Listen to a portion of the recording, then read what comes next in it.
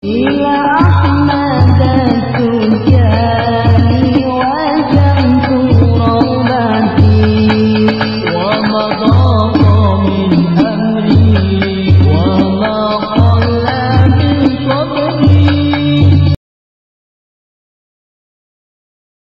Para hadirin rahimakumullah, kembali kepada nafsu manusia yang sudah dibahas pada minggu kemarin, ammarah, lawwamah, ilhamah, dan mutmainnah. Jadi ammarah ini unsur apinya yang cenderung ngajak kepada tidak baik. Lawwamah unsur tanah yang cenderung malas dan cenderung menjadi remnya.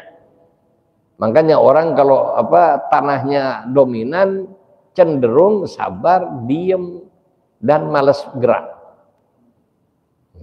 Tapi suruh makan doyan. Coba apa saja masukin dalam tanah habis. Itu rahasianya. Kemudian kalau unsur air,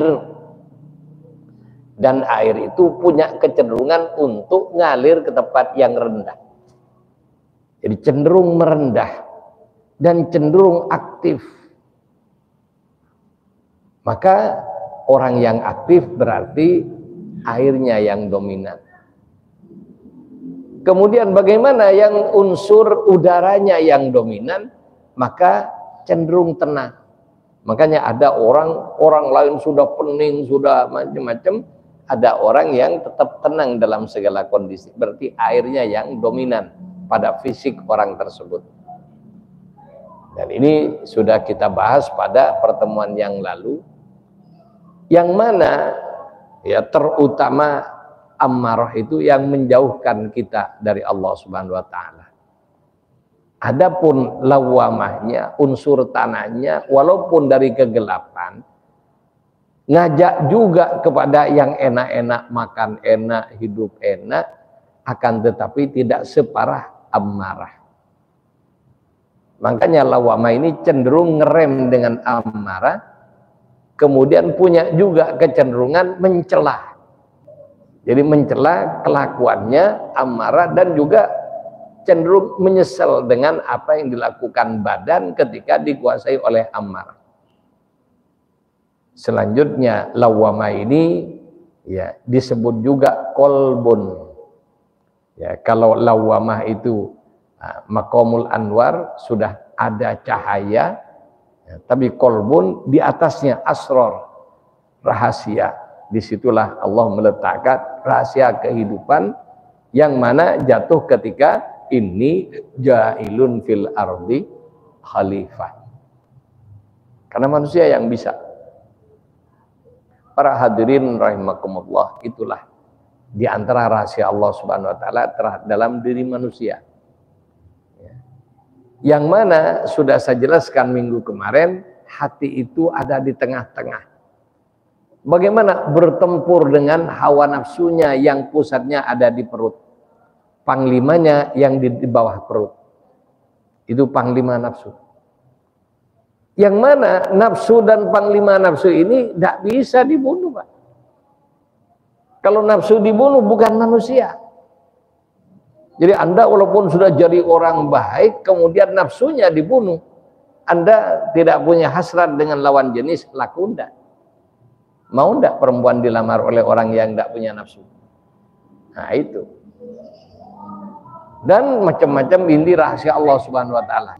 Kemudian para hadirin rahimakumullah, ya, selanjutnya ya, ketika Allah memberi kemenangan, jadi di antara hamba-hambanya diberi kemenangan, lawwamah bisa ngerem ammarah.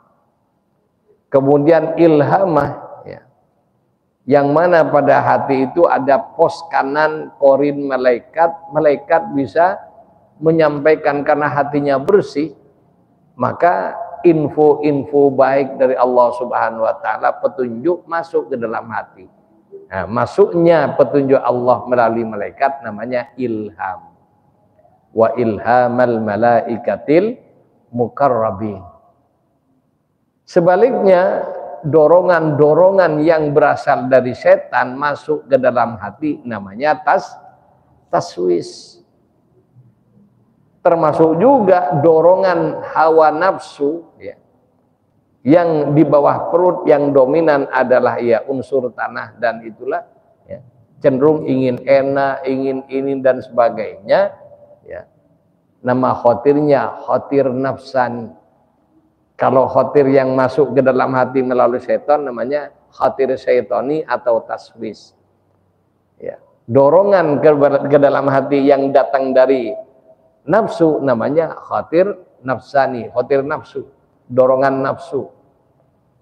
Kemudian yang berasal dari air yang melalui malaikat namanya khotir malaki, disebut juga dengan ilham.